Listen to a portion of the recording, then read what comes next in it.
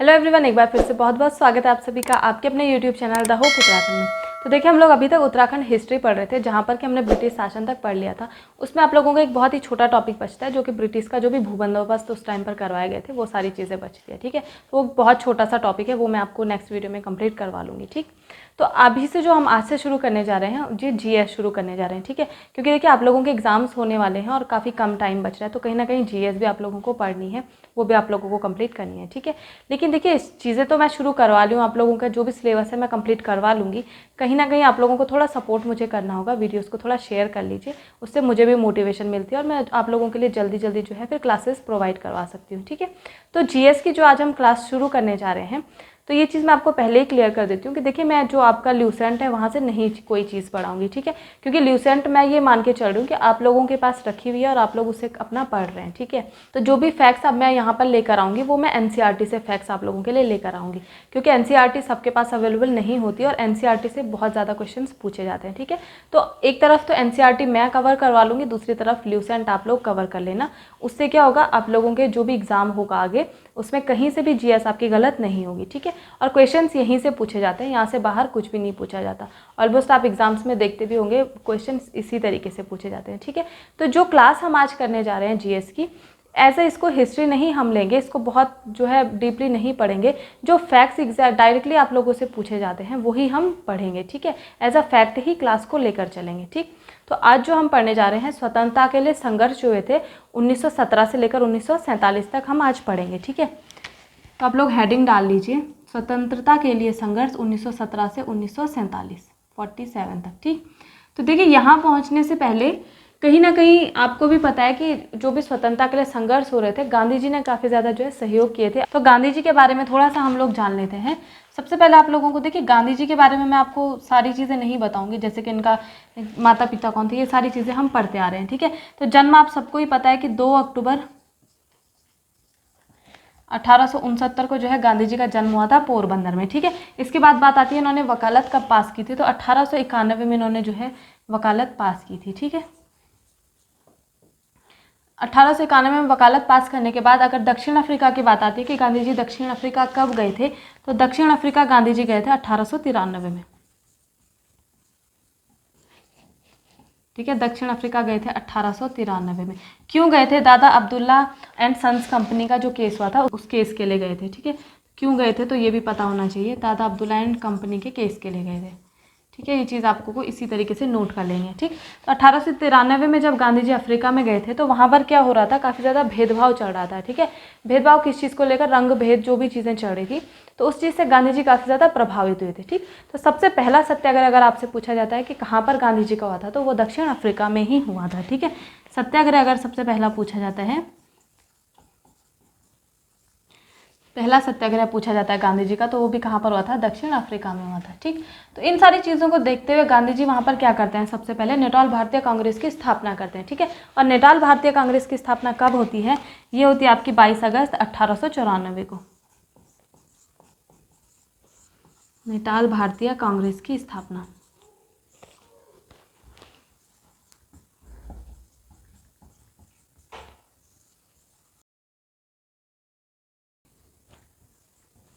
ठीक है, तो नेटाल भारतीय कांग्रेस की स्थापना कब हुई थी, ये हुई थी 22 अगस्त 1894 को। ठीक है, नेटाल भारतीय कांग्रेस की स्थापना के बाद गांधी जी वहाँ पर क्या करते हैं, एक अखबार निकालते हैं और उस अखबार का नाम होता है इंडियन ओपिनियन अखबार। ठीक है, तो अगर पूछा जाता है कि इंडियन ओपिनियन अखबार कब निकाला गया था, तो ये निकाला गया था आपका 1904 में।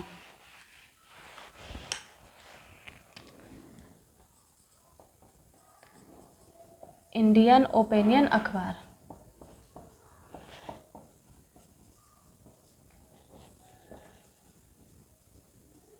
इंडियन ओपिनियन अखबार निकाला गया था 1904 में। ठीक है, इंडियन ओपिनियन अखबार निकालने के बाद गांधी जी का जो दूसरा मुख्य फैक्ट है वो क्या है कि इन्होंने हिंदू स्वराज पुस्तक लिखी थी। ठीक है, हिंदू स्वराज पुस्तक इन्होंने कब लिखी थी,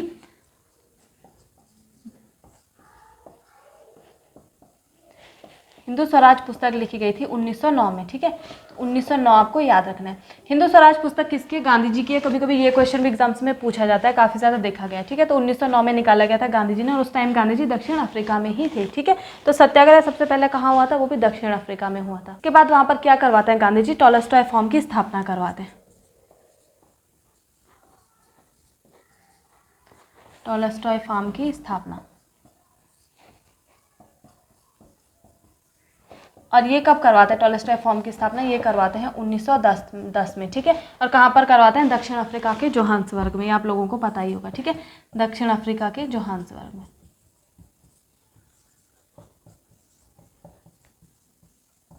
जोहान्सबर्ग में, ठीक। तो अगर पूछा जाता है कि टॉलस्टॉय फॉर्म की स्थापना किसके द्वारा की गई है, तो महात्मा गांधी के द्वारा की गई है, 1910 में की गई है, और दक्षिण अफ्रीका के जोहान्सबर्ग में की गई है, ठीक है।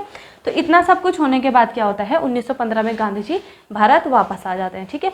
और जिस दिन गांधी जी भारत वापस आते हैं, अगर पूछा जाता है कि भारत वापसी गांधी जी की कब हुई थी, तो ये हुई थी 1915 को, ठीक है। तो 1915 को, 19 एग्जैक्ट डेट अगर देखें तो 9 जनवरी 1915 इसकी एग्जैक्ट डेट है, ठीक है। और 9 जनवरी जो है इसको प्रवासी दिवस के रूप में भी मनाया जाता है, और इसी वजह से इसको प्रवासी दिवस के रूप में मनाया जाता है क्योंकि उस दिन गांधी जी जो है दक्षिण अफ्रीका से वापस आए थे, ठीक है। ठीक है, तो 1915 में जो है गांधी जी दक्षिण अफ्रीका से यहाँ भारत में आते हैं, और सबसे पहले यहाँ पर आकर क्या करवाते हैं? साबरमती आश्रम का निर्माण करवाते हैं। कब करवाते हैं साबरमती आश्रम का निर्माण? 1916 में अहमदाबाद में, ठीक है। ये आपको याद रखना है, अहमदाबाद में, ठीक। तो साबरमती आश्रम बनाने के बाद क्या करते हैं? वो यहाँ पर कुछ आंदोलन अपने चलाते हैं, और जिसमें सबसे पहला आंदोलन था चंपारण आंदोलन, ठीक है। तो अगर पूछा जाता है एग्जाम्स में कि भारत में गांधी जी का सबसे पहला जो आंदोलन चला था वो कौन सा था, तो वो चला था आपका चंपारण आंदोलन। चंपारण आंदोलन, ठीक है। और चंपारण आपका कहाँ पड़ता है? ये पड़ता है बिहार में।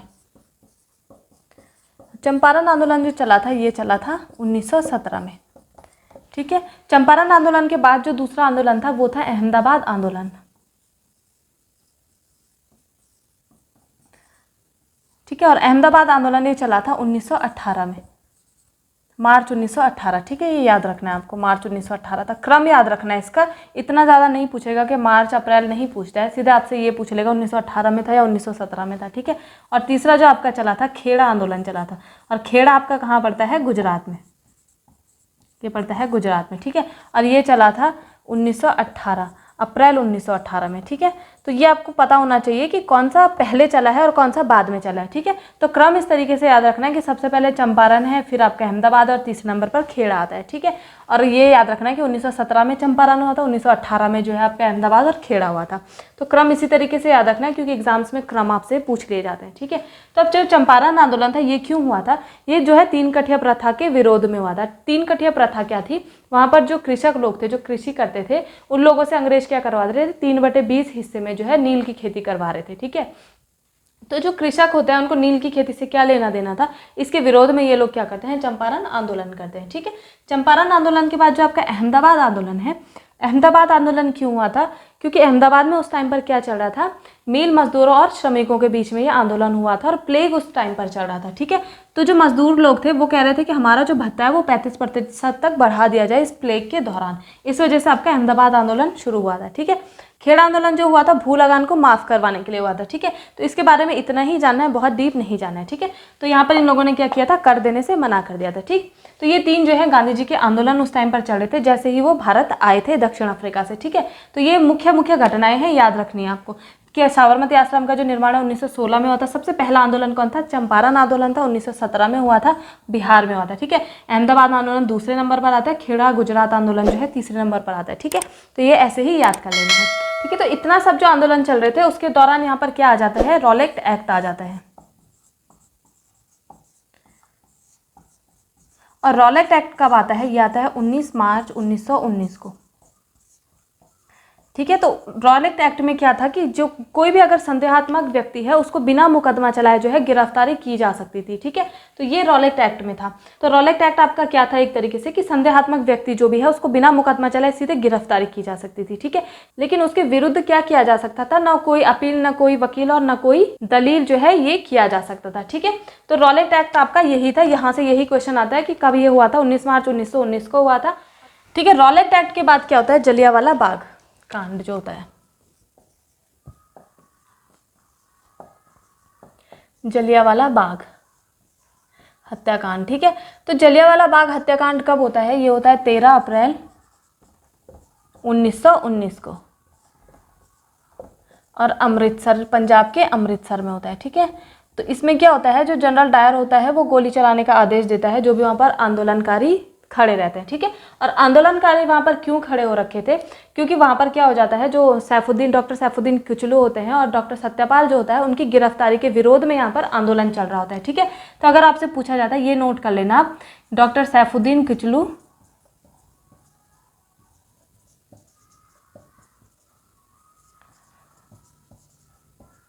और दूसरे कौन थे, प्लस डॉक्टर सैफुद्दीन किचलू और सत्यपाल,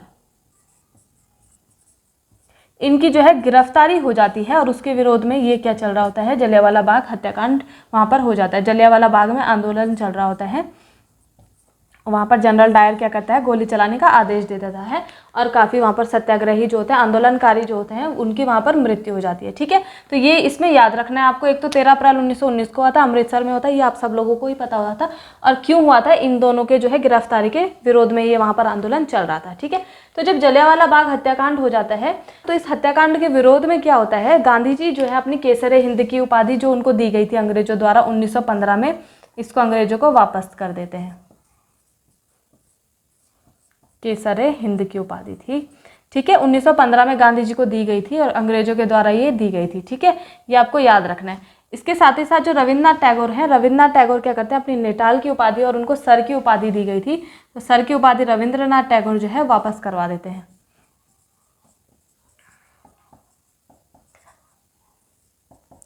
ठीक, तो ये दोनों चीज़ें भी आपको यहाँ पर याद रखनी है, किसके विरोध में ये लोग जो है अपनी उपाधियां वापस करते हैं, जलियांवाला बाग हत्याकांड के विरोध में। ठीक है, गांधी जी जो है 1915 में अपने केसर ए हिंद की जो उनको उपाधि दी गई थी अंग्रेजों के द्वारा, उसको वापस करवा देते हैं।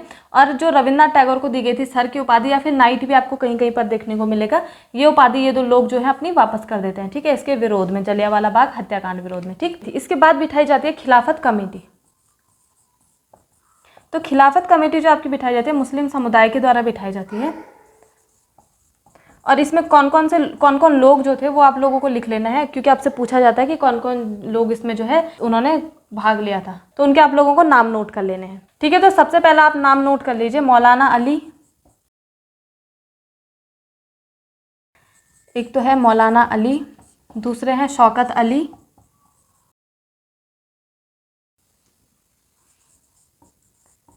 तीसरे हैं मौलाना आज़ाद,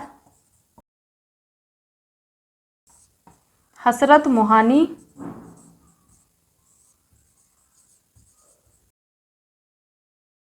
ठीक है। तो खिलाफत कमेटी में कौन कौन से मुख्य जो लोग थे वो कौन कौन से थे, एक तो मौलाना अली थे, शौकत अली थे, मौलाना आज़ाद थे यहाँ पर। ठीक है, यहाँ पर आज़ाद आप लोग लिख लेना, मौलाना आज़ाद थे और हसरत मोहानी थे। ये नाम आप लोगों को याद रखने हैं, खिलाफत कमेटी जो बैठी गई थी। ठीक है, ठीक है। तो सबसे मुख्य जो इसका है, खिलाफत कमेटी में कौन कौन मुख्य लोग थे, एक तो मौलाना अली, शौकत अली, मौलाना आज़ाद और हसरत मोहानी थे। ठीक है, और यहीं पर महात्मा गांधी ने एक बहुत बड़ी बात कही थी। वो क्यों कही गई थी, क्योंकि इस जो खिलाफत कमेटी थी यहाँ पर हिंदू मुस्लिम इनकी एकता बहुत ज़्यादा देखने को मिली थी। ठीक है, तो गांधी जी यहाँ पर क्या कहते हैं कि ऐसी जो हिंदू मुस्लिम एकता है आगे आने वाले 100 वर्षों में भी देखने को नहीं मिलेगी। ये जो हिंदू मुस्लिम एकता यहाँ पर देखी गई है, तो वो कब कही थी गांधी जी ने, इसी खिलाफत कमेटी में कही थी। वो बात भी आपको ध्यान रखनी है। ठीक है, और यहीं पर 9 अगस्त 1919 को क्या मनाया जाता है, पूरे देश में खिलाफत दिवस मनाया जाता है 9 अगस्त 1919 को। ये भी आप लोगों को ध्यान रखना है। ठीक है, 19 अगस्त 1919 को क्या मनाया जाता है, खिलाफत दिवस मनाया जाता है, पूरे के पूरे देश में उस टाइम मनाया गया था। ठीक है, इसके बाद क्या होता है, असहयोग आंदोलन गांधी जी के द्वारा चलता है। असहयोग आंदोलन क्यों चलता है, क्योंकि गांधी जी को कहीं ना कहीं ये लगता है कि अगर हम अंग्रेजों का सहयोग नहीं करेंगे तो अंग्रेज जो है भारत छोड़कर चले जाएंगे, ठीक है। तो इस वजह से क्या करते हैं गांधी जी, असहयोग आंदोलन चला देते हैं, मतलब कोई भी किसी भी प्रकार की अंग्रेजों की मदद नहीं करेगा, ठीक है। तो क्योंकि काम तो सारा का सारा अंग्रेज हम लोगों से ही करवाते थे, भारतीय लोगों से, तो अगर हम लोग ही इनका काम नहीं करेंगे तो इनका काम कहीं ना कहीं प्रभावित तो होगा ही होगा, ठीक है। इसके विरोध में गांधी जी क्या करते हैं, असहयोग आंदोलन चलाते हैं।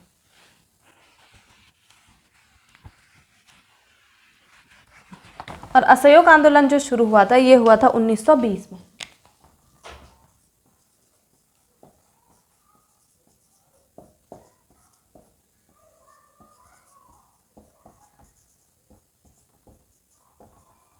ठीक है, तो ये याद रखना आपको, ये कब हुआ था, 1920 में शुरू किया गया था गांधी जी के द्वारा। तो ये जो शुरू किया गया था 1920 को, सबसे पहले इसको स्वीकृति कहाँ से मिली थी, 1920 का जो कलकत्ता अधिवेशन हुआ था कांग्रेस का, इसको वहाँ से सबसे पहले स्वीकृति मिली थी, ठीक है, 1920 के कलकत्ता अधिवेशन से।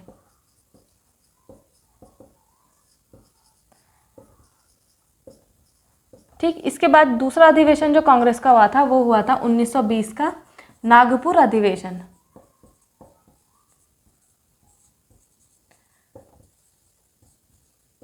ठीक, नागपुर अधिवेशन से जब स्वीकृति इनको मिल गई थी तब जाकर असहयोग आंदोलन की शुरुआत हुई थी, ठीक है। तीसरा पॉइंट आपका असहयोग आंदोलन में ये ऐड करना है कि जब असहयोग आंदोलन चलाया गया तो यहाँ पर क्या किया गया, स्वराज कोष की स्थापना की गई। ये मुख्य पॉइंट है, ये नोट कर लेना, स्वराज कोष की स्थापना।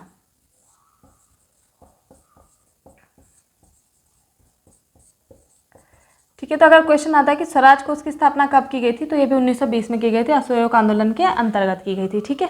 इसके साथ ही साथ एक अंतिम पॉइंट और आपको नोट करना है कि इस दौरान जो खादी था, खादी जो है स्वतंत्रता का प्रतीक बन गया था। मतलब जो भी उस टाइम पर स्वतंत्रता संग्रामी होता था वो खादी के ही वस्त्र पहनता था, ठीक है। खादी स्वतंत्रता का प्रतीक बन गया था।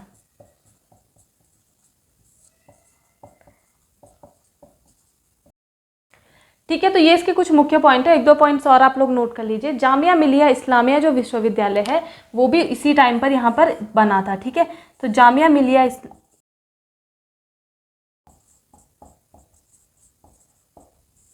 इस्लामिया जो विश्वविद्यालय है वो इसी के टाइम पर बना था, ठीक है, जब असहयोग आंदोलन भारत में चल रहा था। इसके साथ ही साथ बिहार, काशी और गुजरात विश्वपीठ की स्थापना भी इसी टाइम पर हुई थी। बिहार, काशी, गुजरात विश्वपीठ की स्थापना, बिहार, काशी, गुजरात विश्वपीठ, ठीक है। तो ये भी आपको नोट कर लेना है। ये पॉइंट्स हैं आपके असहयोग आंदोलन के बारे में। सबसे पहला पॉइंट ये तो याद होना ही चाहिए कि असहयोग आंदोलन कब हुआ था, 1920 को हुआ था, ठीक है। एग्जैक्ट डेट आपसे नहीं पूछी जाती, इनकेस पूछी जाए तो 1 अगस्त 1920 है। 1 अगस्त 1920 को आपका क्या हुआ था, असहयोग आंदोलन हुआ था, ठीक है। तो कौन कौन सा अधिवेशन को स्वीकृति के बाद ये आंदोलन चला था, तो 1920 का जो कलकत्ता अधिवेशन हुआ था कांग्रेस का, उसके बाद ये हुआ था। और 1920 का कांग्रेस का जो नागपुर अधिवेशन था उसके बाद ये हुआ था, ठीक है। तो कांग्रेस भी यहाँ पर लिखना है। तो उसके बाद जब स्वीकृति मिल गई थी तब जाकर असहयोग आंदोलन शुरू किया गया। असहयोग आंदोलन में क्या था कि किसी भी प्रकार से अंग्रेजों की कोई सहायता नहीं करनी है। असहयोग मतलब उनको कोई सहयोग नहीं देना है, ठीक है। ये आंदोलन शुरू किया गया था गांधी जी के द्वारा, ठीक है। तो जब ये सारी चीज़ें चल रही थी, एक तरफ तो असहयोग आंदोलन चल रहा था, लेकिन असहयोग आंदोलनकारी क्या करते हैं, गोरखपुर में वहाँ पर चौरी चौरा जो कांड हो जाता है उसके बाद क्या करते हैं, असहयोग आंदोलन को गांधी जी वापस ले लेते हैं, ठीक है। तो चौरी चौरा कांड कब होता है, ये होता है आपका 5 फरवरी 1922 को। ये आप लोगों ने नोट कर लिया होगा, स्क्रीनशॉट नहीं तो आप ले लिया करें, ठीक है। नेक्स्ट आता है चौरी चौरा कांड। तो चौरी चौरा कांड जो चला था, चौरी चौरा, ये हुआ था आपका 5 फरवरी 1922 को। कहाँ हुआ था, गोरखपुर में, ठीक है। तो वहाँ पर क्या करते हैं, जो असहयोग आंदोलन के स्वतंत्रता सेनानी जो लोग होते हैं, ये क्या करते हैं, जेल में पुलिसकर्मियों को बंद कर देते हैं और क्या करते हैं, वहाँ पर आग लगा देते हैं, ठीक है। तो उसमें काफ़ी जो पुलिसकर्मी थे उनकी मृत्यु हो जाती है, जिसको देखते हुए गांधी जी को कहीं ना कहीं इस बात से बुरा लगता है और वो क्या करते हैं, असहयोग आंदोलन को वापस ले लेते हैं, ठीक है। तो अगर पूछा जाए कि असहयोग आंदोलन वापस क्यों लिया गया, तो आपको ये चीज़ पता होनी चाहिए कि चौरी चौरा कांड जो हुआ था उसकी वजह से गांधी जी ने असहयोग आंदोलन को वापस ले लिया था। तो देखिए, जो असहयोग आंदोलन आपका चला था, एक तो यहाँ पर क्या देखा गया था, हिंदू मुस्लिम एकता देखी गई थी, ठीक है, जो कि इससे पहले नहीं देखने को मिल रही थी। तो कहीं ना कहीं हिंदू मुस्लिम उस दौरान एक हो गए थे, ठीक है। और असहयोग आंदोलन इतना ज़्यादा फैल गया था, ये हर कोने तक देश के फैल गया था, ठीक है। तो कहीं ना कहीं उसकी वजह से अंत में क्या होता है, जब ये सारी घटना हो जाती है, चौरी चौरा कांड हो जाता है, गांधी जी को खेद पहुंचता है कहीं ना कहीं, और वो क्या करते हैं, असहयोग आंदोलन को वापस ले लेते हैं। ठीक है। इसके बाद जो नेक्स्ट फैक्ट है वो है स्वराज पार्टी की स्थापना, और वो हम नेक्स्ट वीडियो में डिस्कस करेंगे। तब तक आप यहाँ तक इसे कंप्लीट कर लेना। इनकेस कोई क्वारी हो तो कमेंट ज़रूर कर लेना मुझे, मैं रिप्लाई कर लूँगी। और प्लीज़ वीडियो को ज़्यादा से ज़्यादा लाइक करें, उससे मुझे भी मोटिवेशन मिलता है, मुझे भी अच्छा लगता है। फिर मैं आप लोगों के लिए जल्दी से जल्दी वीडियो प्रोवाइड करवाने की कोशिश करूँगी। ठीक है। इसके साथ ही अगर आपको वीडियो पसंद आती है तो लाइक ज़रूर करें। मिलते हैं फिर नेक्स्ट वीडियो में, तब तक के लिए धन्यवाद।